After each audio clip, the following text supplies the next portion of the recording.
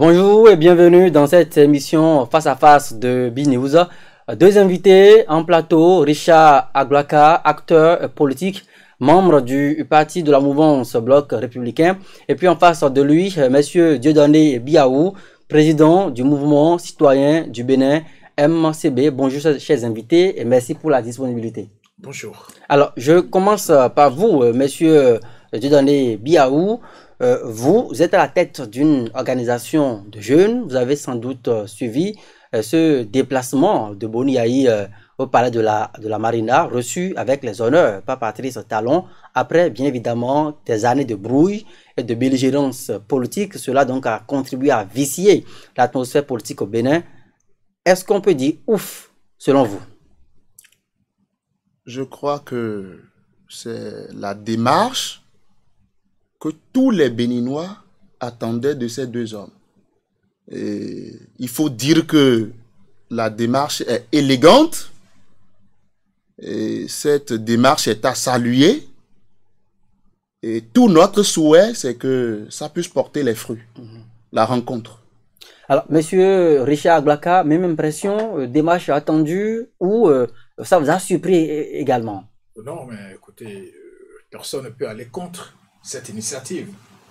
Elle était souhaitable et tout le monde, on attendait ce jour et c'est arrivé, tant mieux. Maintenant, dans le fond, c'est le fond qui est beaucoup plus important. Là, c'est la forme.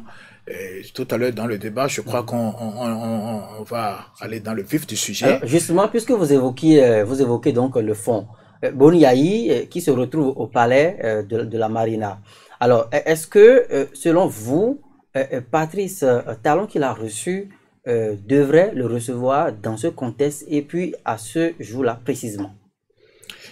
Vous savez, ce que les uns et les autres ont appelé réconciliation, en réalité, il ne s'agit pas encore d'une réconciliation. Nous sommes dans un processus là. Nous sommes dans un processus. Et cette réconciliation, si vous me permettez, moi, je vais l'analyser sous deux angles. Sous un angle d'abord sociologique, et puis après, sous un angle sociopolitique. D'un point de vue sociologique, il se fait que dans notre tradition, quand vous prenez la culture béninoise, quand vous prenez les réalités endogènes, culturelles et culturelles béninoises, lorsqu'il y a différend entre deux personnes, même si ces personnes ne sont pas des autorités politiques, il y a que la communauté cherche toujours à les réconcilier. Et ça, c'est une force de la société traditionnelle béninoise. Et cette force, on va voir, elle va jouer un grand rôle depuis la nuit des temps jusqu'à aujourd'hui sur la politique. Et ça fait que à un moment donné, on va solliciter, disons, l'arbitrage des sages, l'arbitrage des têtes couronnées, l'arbitrage disons, de la société civile, l'arbitrage des religieux, etc., etc. Et même au plan national, nous avons un médiateur de la République qui a également pour rôle donc de concilier les gens lorsque il y a mésentente. Et donc d'un point de vue sociologique, il était évident qu'un jour on va aboutir à cette réconciliation. Maintenant, de l'autre côté, d'un point de vue socio-politique, vous savez que cette guerre entre guillemets entre les deux hommes a commencé il y a très longtemps. N'oubliez pas que au départ, les deux hommes étaient de très bons amis. N'oubliez pas qu'au départ, Monsieur Patrice Talon en savait quelque chose sur l'avènement de Monsieur Yayi Boni au pouvoir. N'oubliez pas que, disons, la relation entre les deux hommes était, bien entendu, au beau-fils, jusqu'à un moment donné, pendant notamment le deuxième mandat du précédent Yayi Boni.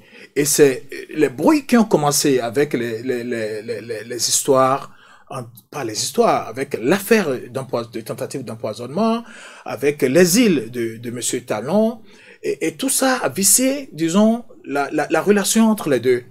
Et finalement, il était question que Monsieur Patrice Talon vienne se présenter en tant que candidat. Et à ce niveau, justement, il y a eu des erreurs, vous me permettez, de la part de Monsieur Yayi Boni, qui n'a pas su bien manager, disons, son entourage politique. Et c'est là le défi. Celui que j'ai combattu, celui qui est devenu à un moment donné mon ennemi, c'est lui qui veut me remplacer, là, il n'a pas digéré. Il aurait pu jouer d'autres cartes que d'aller importer, par exemple, un candidat, comme ce fut le cas en 2016, ou encore récemment en 2021 pour les élections présidentielles. Une fois encore, c'est la même logique, on importe des candidats, alors que sur le terrain, il y a des gens capables de faire le job. Et M. Yahya Boni, d'un point de vue politique, est obligé d'aller vers M. Talon. Pourquoi? Parce que ces hommes, déjà depuis 2016, il y a une bonne partie de ces hommes qui sont allés vers le président Talon.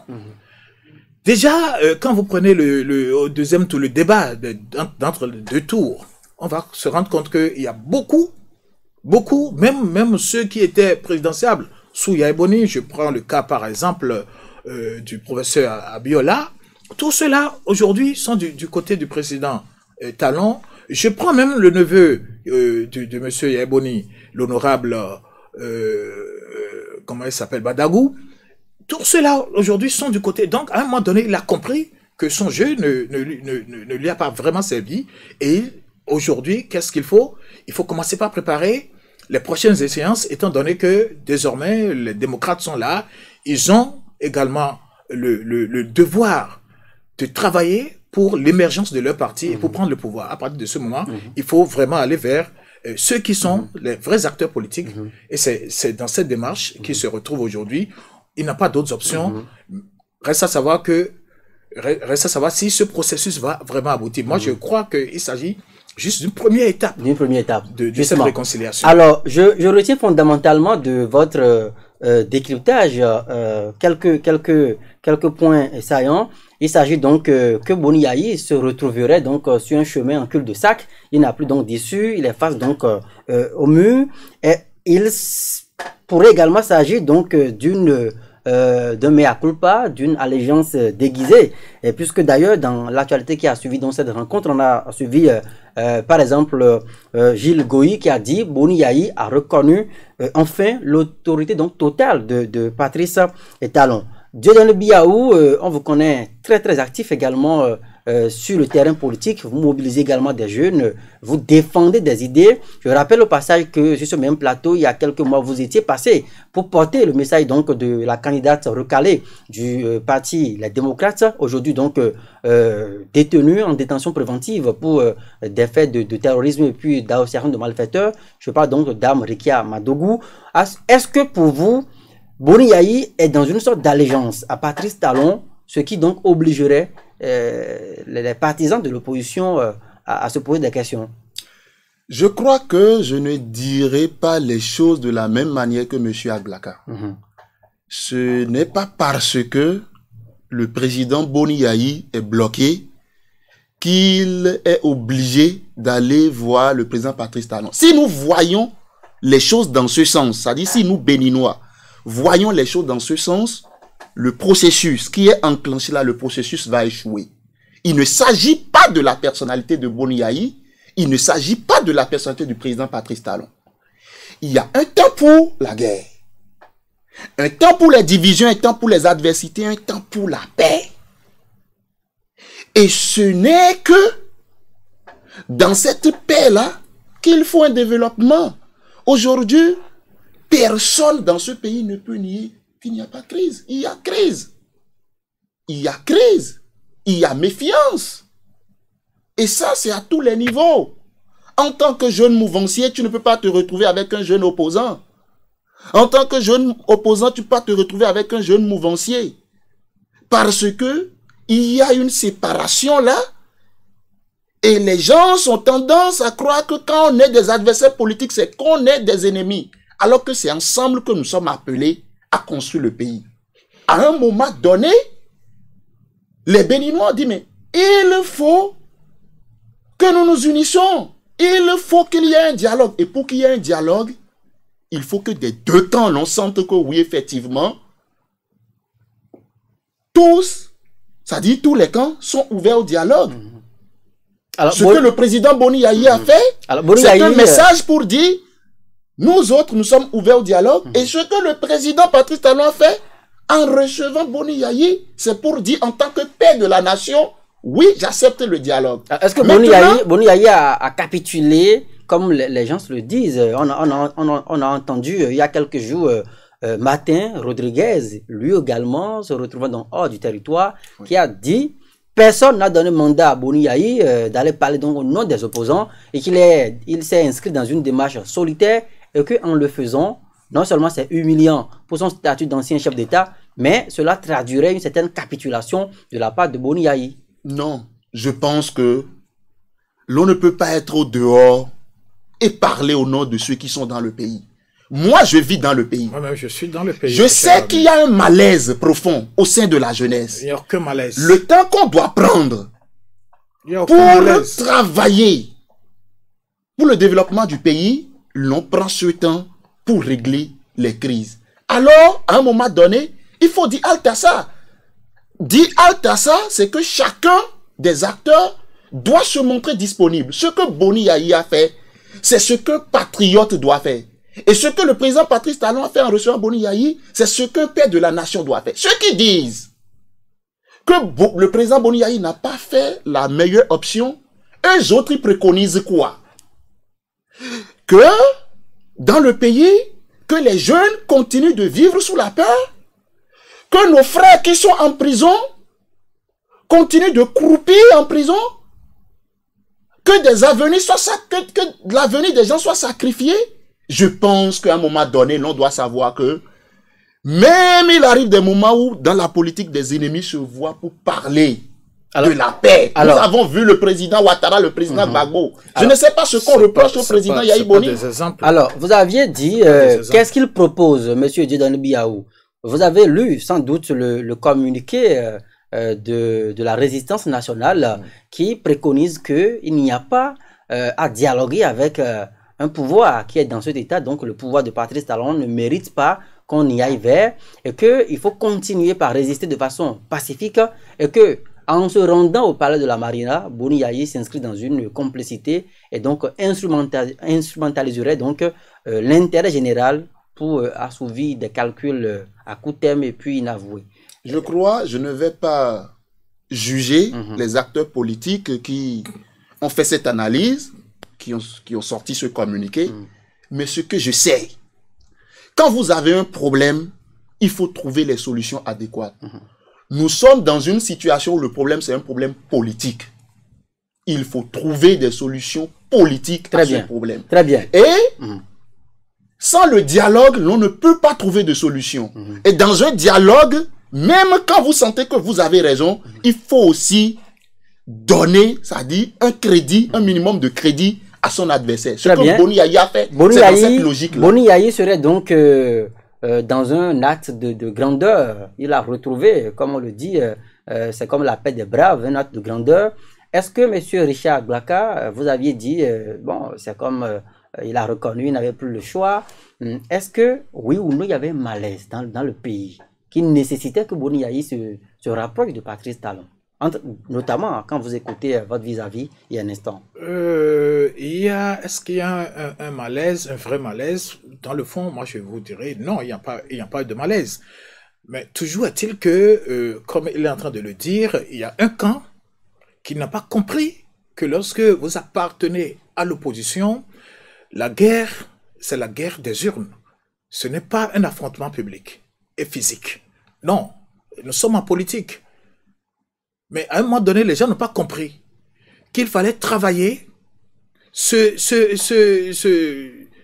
conformer, disons, aux nouvelles dispositions qui, disons, gèrent désormais les partis politiques. Je vais parler de la charte des partis politiques. Les nouvelles dispositions en ce qui concerne l'ensemble des lois qui sont consacrées aux élections dans notre pays. À un moment donné, les gens ont oublié ça. Les gens pensaient que, bon, on peut aller par la force, on peut utiliser la rue pour, non, et mettre le pays dans le chaos. Ce n'est pas possible. Ils ont essayé. Donc, le malaise en question, c'est à ce niveau-là. Et les auteurs, les acteurs de ce malaise, c'est encore eux. Donc, cette démarche n'a pas marché. Cette démarche n'a pas marché parce que le peuple n'est pas dans cette logique. Vous comprenez? Le peuple n'est pas dans la logique de l'affrontement physique. Le peuple est plutôt dans la logique de l'affrontement par les unes. Mais les opposants, justement... Maintenant, lorsque vous crient tout le temps à l'exclusion, non, s'il vous plaît, s'il vous plaît. La guerre des unes, il va falloir qu'il participe à l'élection. Tout à l'heure, mon cher ami... Au cours des 3 dernières élections, on a observé, et vous en conviendrez avec moi, que l'opposition, une fois encore, n'a pu participer à aucune Mais lorsque, moi je l'ai dit sur plusieurs plateaux, lorsqu'on ne peut pas, à quelqu'un qui se refuse de voir le soleil en plein midi, à quoi s'évertuer à le lui montrer? L'opposition ne veut pas aller aux élections. Et c'est un choix. Passe pas des stratagèmes pour... Mais lorsque c'est le cas, vous parlez de dialogue. Qui a refusé le dialogue dans ce pays? Est-ce que vous suivez l'actualité? Vous suivez le chef de l'État? Combien de fois il a fait appel à l'opposition? Il les a appelés plusieurs fois, mais les gens viennent, ils disent, on ne veut pas se conformer. Sinon, s'il vous plaît, même le parti Les Démocrates, vous pensez que on lance un candidat, on sait que ce candidat ne respecte pas la charte, et pourtant on veut qu'il aille aux élections. Ce n'est pas possible. Là, c'est pour créer le trouble dans le pays. Et on ne peut pas accepter ça. Nous avons besoin de développement, comme vous l'avez dit, et le développement, on ne peut pas l'obtenir dans la brouille, dans le déchirement, dans les conflits. Non. Et il fallait à un moment donné se mettre au-dessus de la mêlée et poursuivre le combat politique qui est le rayonnement de notre démocratie et le développement de ce pays. Et aujourd'hui, c'est avec bonheur, c'est avec grand bonheur qu'on se rend compte que effectivement le Bénin a décollé. Dieudonné Biaou, réaction rapidement? Non, je pense que... C'est l'opposition qui s'est exclue des 3 processus électoraux je crois que récents au Bénin. Vous créez d'ailleurs le trouble dans le pays. Je crois que c'est l'avenir qui compte. Nous devons laisser le passé derrière nous. Aujourd'hui, il y a un problème. Il y a des jeunes qui sont en prison. Il y a des jeunes qui ont fui le pays. Il y a un malaise profond dans le pays. Il faut être hypocrite pour ne pas reconnaître cela.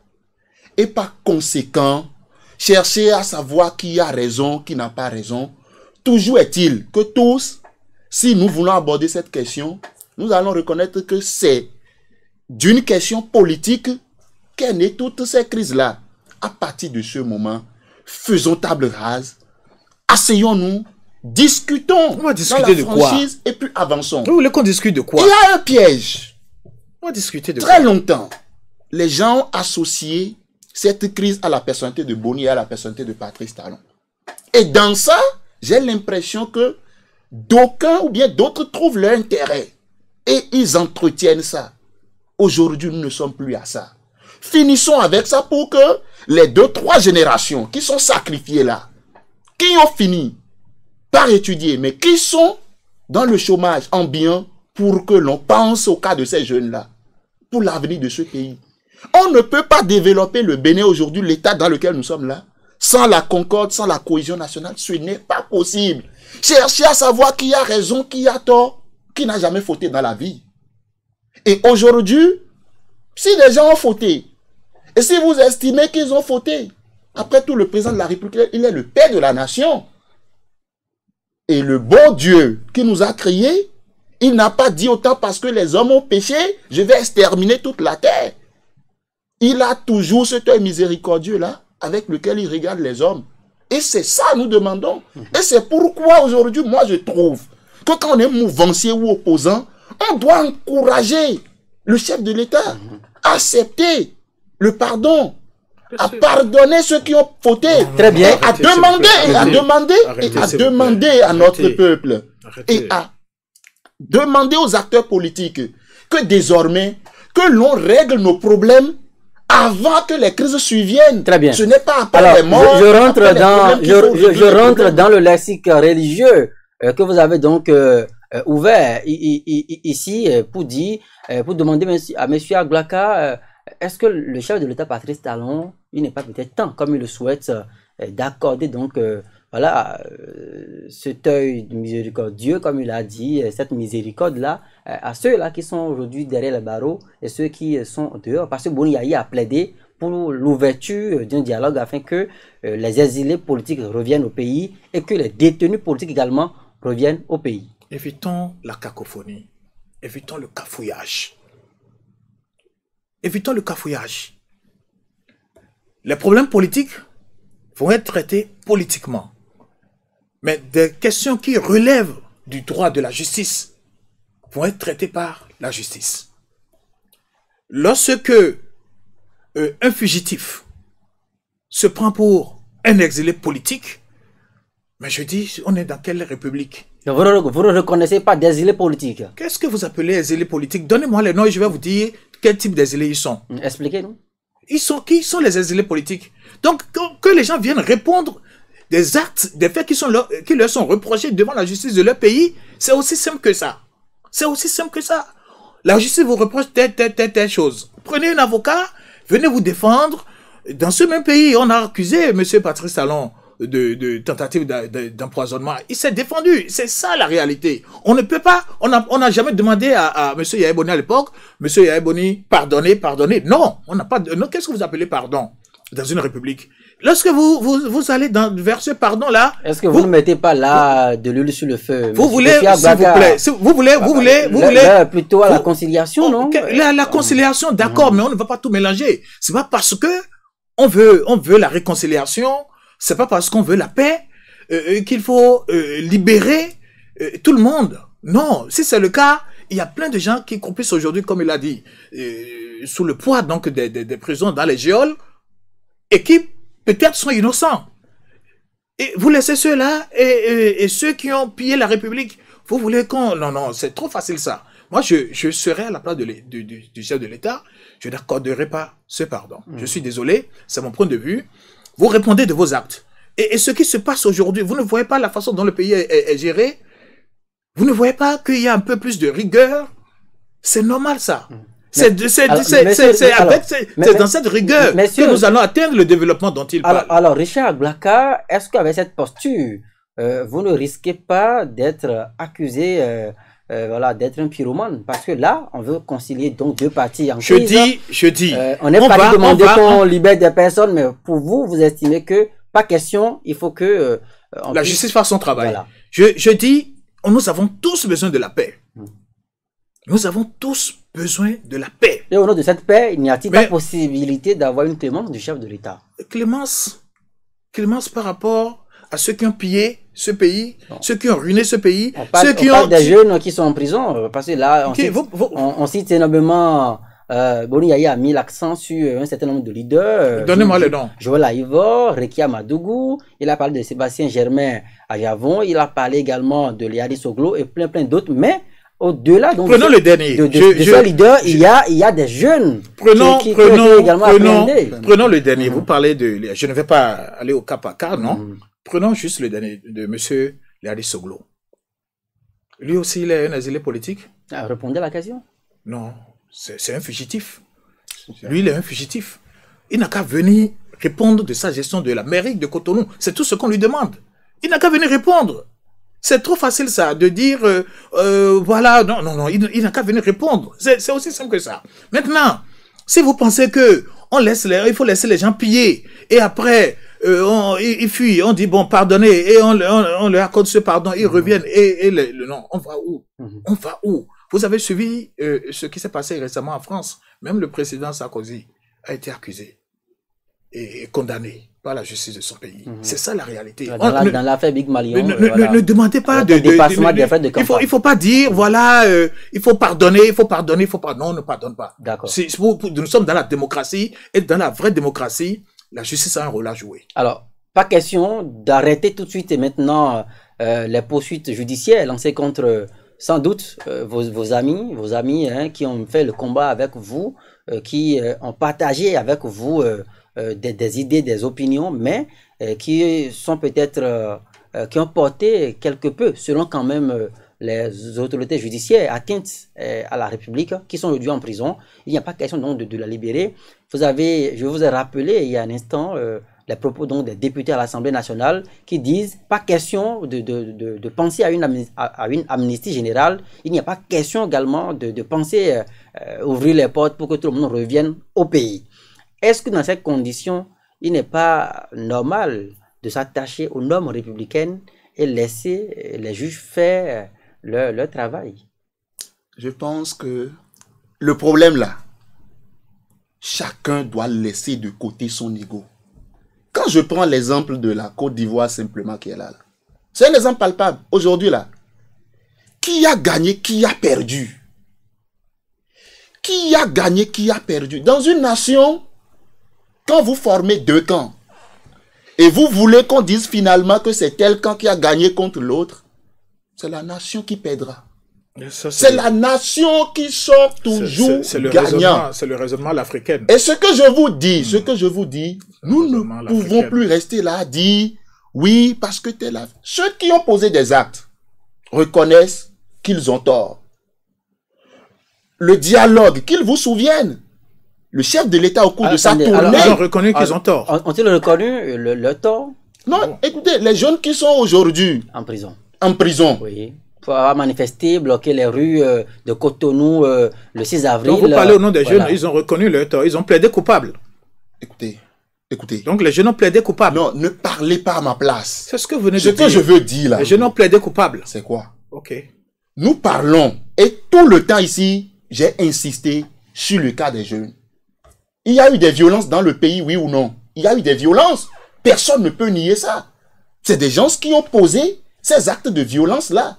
Mais tout ça a un début. Est-ce que vous voyez? Mais nous n'allons pas continuer par entretenir ces genres de violence dans le pays. Et pour ce faire, ceux qui ont démissionné en son temps, parce que ça s'agissait d'une démission, la jeunesse ne pouvait jamais se lancer dans la rue, poser ces genres d'actes-là s'il n'y avait pas une démission au préalable. De qui? La démission, c'est que les acteurs politiques n'ont pas su dialoguer. Et aujourd'hui, ce à quoi moi j'appelle les acteurs politiques en tant que jeunes, parce que je porte la voix de la jeunesse. À chaque fois que je pense aux jeunes qui sont en prison, je suis... Non, puisque vous avez plaidé coupable. Oui, à chaque fois que je pense à ceux qui sont en prison, j'ai le cœur qui me fait mal. Parce que quoi? Parce que le problème c'est quoi? Aujourd'hui, les gros maillons dont nous parlons, il y a beaucoup qui sont peut-être au dehors, il y a beaucoup qui ne sont pas en prison, mais il y a beaucoup qui sont en liberté. Est-ce que vous voyez? Même ceux qui disent qu'il n'y aura pas le pardon, il y a des députés qui n'arrivent même pas à mettre le pied chez eux dans leur village natal. Jusqu'à présent, est-ce que dans ça, là, nous allons évoluer? Ce dont moi je parle, c'est quoi? Je reconnais qu'il y a eu des violences. C'est des gens qui ont posé les actes, ce n'est pas des gens qui ont quitté en l'air qui ont posé les actes. Mais en Côte d'Ivoire, c'est ce qui s'est passé, il y a eu des violences. Finalement, les gens ont été libérés ou pas. Mais ils ont perdu des années. On pouvait résoudre ces problèmes-là avant. Mais qu'ils vous souviennent qu'avant 2010, là, en Côte d'Ivoire, déjà en 2003, les violences étaient déjà là. Et on pouvait résoudre ça et éviter ce qui s'est passé après les élections de 2010. Ce dont moi j'appelle maintenant, c'est que les acteurs politiques puissent prendre leurs responsabilités, dialoguer et maintenant penser à l'avenir de la jeunesse. C'est ce qui me préoccupe, moi. Alors, c'est vrai que je n'ai pas suivi de façon aussi ouverte les procès, quelques procès qui sont en cours pour pouvoir rendre compte donc de la position des accusés et puis de la défense et tout ça. Mais à en croire, monsieur Dieudonné Biaou, les jeunes surtout, ils ne parlent pas des gros maillons, mais les jeunes surtout qui sont en prison pour avoir porté atteinte à la République ou bien pour avoir donc fait ci et ça, on plaide coupable. Alors, lorsque... Non, je ne l'ai pas dit. Ah, vous avez dit quoi?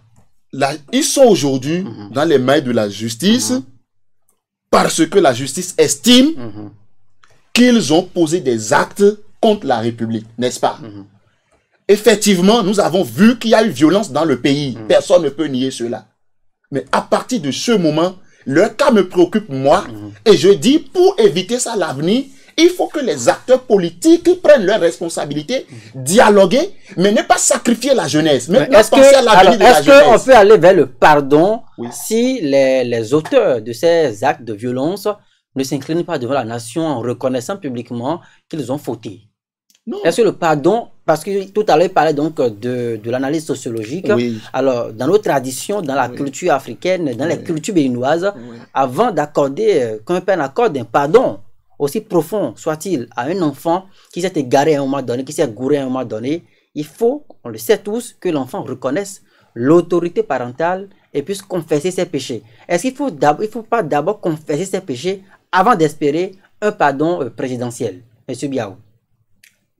Je vous dis, il faut la décrispation. Vous ne répondez pas à ma question. Non, je vous réponds. Vous ne me répondez pas. Je vous réponds. Voilà, vous faites l'effort pour la décrispation de la crise aujourd'hui, lorsque les acteurs politiques vont se mettre ensemble, dialoguer, lorsque ceux qui sont en prison seront libérés, et que désormais... Peuvent-ils être libérés avant s'il n'y a pas pardon, s'ils ne reconnaissent pas? Non, mais c'est un processus. Dans le processus, le chef de l'État peut décider, comme l'a dit le président Boni Yayi, peut décider de puiser dans notre national institutionnel pour que ces jeunes-là soient mis en liberté d'abord et que après le dialogue, pour qu'on puisse situer les responsabilités. Et je vous dis, si les acteurs, autant que nous sommes, mouvances comme de l'opposition, parce que ce qui s'est passé là, c'est imputable à tout le monde. Ce qui s'est passé où il y a crise là, c'est imputable à tout le monde. Alors, je vais donner rapidement la parole à monsieur Richard. De dialoguer désormais, de faire les choses dans les règles de l'art, de démontrer à la jeunesse que quand on est adversaire politique, on n'est pas ennemi là. Nous n'allons plus arriver à cette étape où il faut forcément aller par la voie de la violence. Une question avant de retourner la parole donc à M. Richard Agbaka. En attendant que les acteurs majeurs de la scène politique ne se retrouvent pour dialoguer comme vous le souhaitez, que conseillerez-vous à ces jeunes qui sont en prison? Ont-ils besoin d'attendre ces acteurs avant peut-être de se mettre en association, peut-être adresser une lettre de mea culpa au chef de l'État pour reconnaître que quelque part ils ont eu tort? Cela participe également à la réconciliation, non? Pour accélérer le processus judiciaire devant conduire à la libération. À ce que je sache, je sais que aujourd'hui, là où les jeunes sont,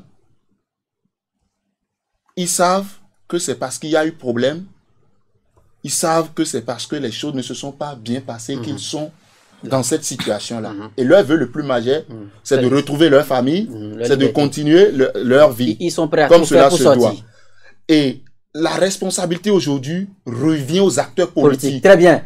Richard Agbaka, réaction. Vous avez écouté votre vis-à-vis mitigé entre reconnaissance, confession du péché commis. Non, il ne s'agit pas de pardon qui a raison, qui n'a pas présidentiel. raison. Comment on fait pour sortir de cet engrenage? Merci beaucoup.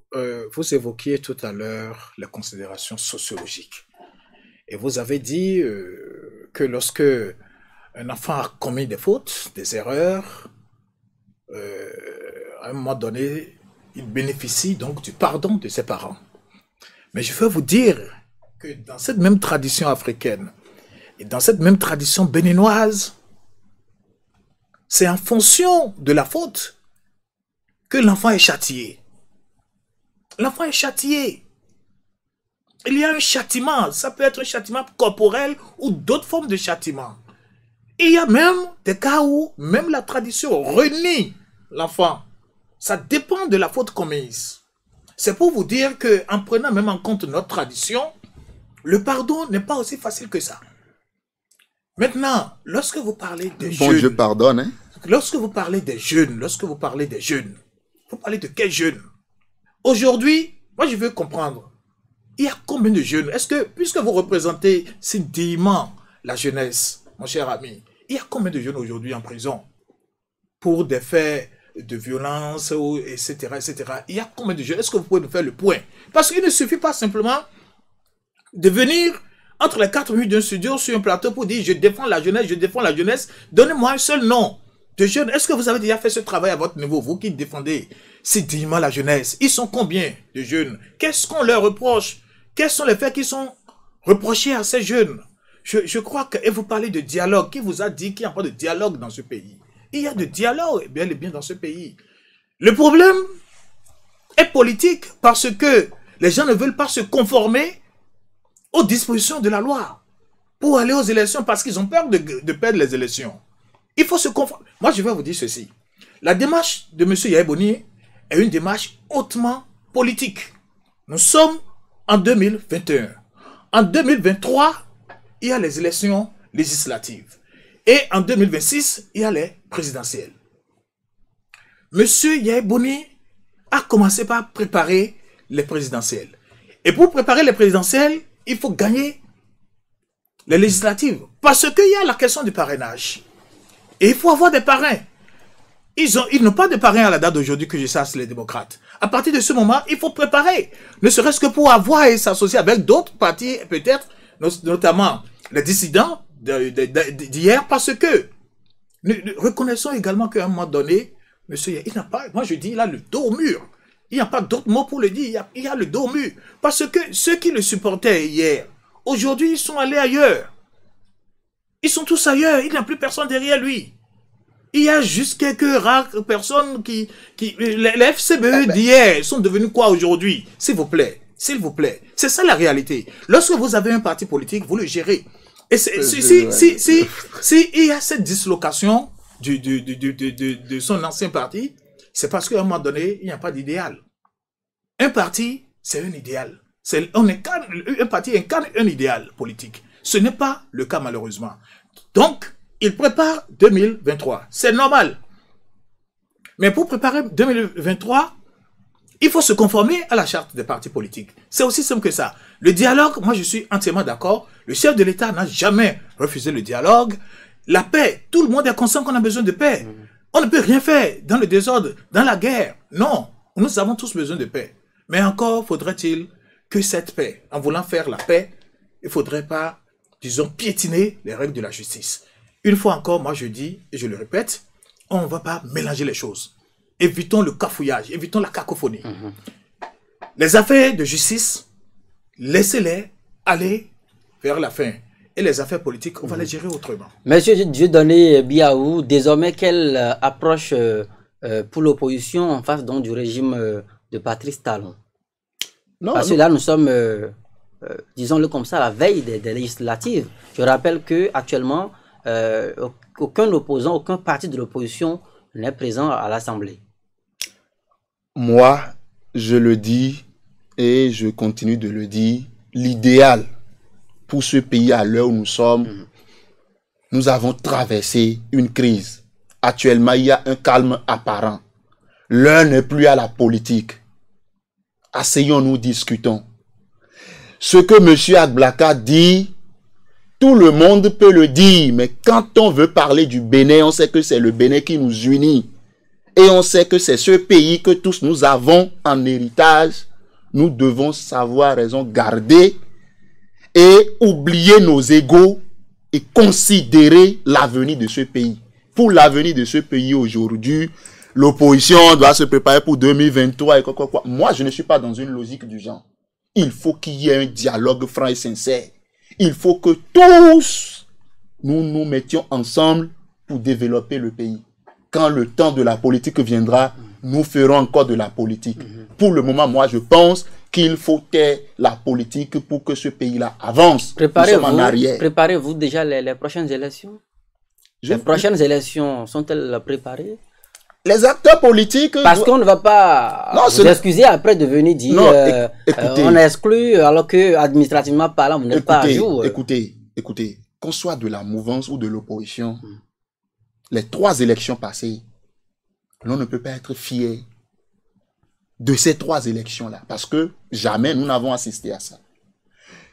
Que les acteurs se retrouvent pour trouver des solutions consensuelles, pour qu'en 2023, l'on ait la participation de tous, pour qu'après les élections, les Béninois continuent par vivre ensemble, et pour qu'il y ait la paix, c'est tout. Moi, ma préoccupation pour ce pays, c'est la paix, la cohésion, pour qu'on puisse se pencher sur les questions du développement, sur les questions de la jeunesse. Combien sont ces jeunes qui sont en prison, m'a demandé M. Agblaka. Ils sont nombreux, et puis aujourd'hui, la presse en parle et tout le monde en parle. Moi, je ne cherche pas à savoir qui a raison, qui a tort. L'essentiel est qu'il y a problème, réglons nos problèmes. Les solutions à ces problèmes, c'est des solutions politiques parce que les problèmes sont politiques et avançons. Alors, la pacification du Bénin, tant souhaitée, aussi bien que ce soit donc les opposants, que ceux donc de la mouvance, les OS également attendent donc des acteurs politiques qu'ils puissent effectivement taire leurs divergences pour pouvoir construire le Bénin dans un climat de paix, pacification, oui. Monsieur Richard Aglaka, comment faire pour que désormais, dès 2023, on ne soit plus hanté, tourmenté par voilà, ces vices que nous avons donc su constater, ces violences extrêmes, à la fois sur des populations civiles que sur des forces armées. Comment fait-on pour désormais finir avec cette page noire de l'histoire politique du Bénin? C'est effectivement regrettable que dans les joutes électorales, dans les périodes électorales, on assiste à ce type de violence qui n'épargne d'ailleurs personne. C'est regrettable. Dans un pays de droit, dans un pays de grande démocratie, dans une nation, dans une grande patrie comme la nôtre, je crois qu'il faut éviter la violence. Cela dit, pour que les gens participent, pour que tout le monde puisse, tous les partis politiques qui le désirent participent effectivement aux élections, moi je dis, il faut se conformer à la charte. Maintenant, est-ce que la charte, telle que c'est conçu là aujourd'hui, est-ce qu'il faut revoir certaines choses, la question de parrainage, la question des 10%, etc., etc. Ça, c'est un autre débat. C'est un autre débat. Mais nous sommes dans une société, la société évolue. La société évolue. Aujourd'hui, on parle de 10%. Demain, on pourra parler peut-être de 20%, on pourra parler de 5%, ça dépendra de qui est... C'est ça la réalité. Et donc, je suis entièrement d'accord qu'à l'avenir, il va falloir que les partis politiques qui sont de l'opposition fassent tout ce qui relève de leur pouvoir, de leurs compétences et de leurs obligations politiques pour se mettre à jour vis-à-vis des règles qui régissent la République en matière d'organisation des élections. C'est important. On ne peut pas violer les règles et au moment où les autres courent derrière le parrainage, vous vous dites, nous voulons aller aux élections sans le parrainage. Ce n'est pas possible. Je suis désolé, ce n'est pas possible. Alors, donc c'est à ce seul prix que la paix électorale, si on peut le dire. Si un parti veut participer aux élections, ce parti doit se conformer aux règles qui régissent les élections. Alors, nous allons donc sortir de cette émission, puisque le temps imparti à cette émission tire donc inexorablement vers la fin. Je vais vous permettre on va faire un tour de table rapidement. Je commence par vous, monsieur Dieudonné Biaou. Alors, quel message pour ces populations qui nous suivent sans doute actuellement et qui ont soif de vivre enfin sous une ère de paix qualitative et durable? Mon message est un message de paix, un message de l'unité nationale, un message pour que demain, les enfants de ce pays puissent parler de la même voix, pour que le développement puisse être une réalité. Et moi, j'implore la clémence du chef de l'État en ce qui concerne les jeunes qui sont aujourd'hui en difficulté. J'implore les acteurs politiques à ce qu'ils se donnent véritablement la main, à ce qu'ils, c'est-à-dire, s'ouvrent au dialogue pour que ce pays-là puisse décoller. Parce que sans le dialogue, sans la réconciliation, sans la paix, nous ne pouvons pas avancer. Cette paix apparente dans laquelle nous sommes là, ça n'arrange personne. D'accord. Alors, monsieur Richard Glaka? Moi, je voudrais une fois encore saluer la sagesse de monsieur Yaïboni. Je voudrais saluer son humilité. Je voudrais saluer son pragmatisme, son sens de patriotisme. Et je voudrais lui demander de continuer ainsi. C'est important pour que la paix revienne définitivement. C'est important qu'on aille jusqu'à la fin de ce processus de réconciliation. Mais dans le même temps, je voudrais lui dire que certaines de ces doléances ne relèvent pas de la compétence du chef de l'État. Je suis désolé de le dire, ce n'est pas le chef de l'État qui va libérer ceux qui ont voulu attaquer la République. La République, elle est souveraine et nul n'a le droit d'attaquer la République.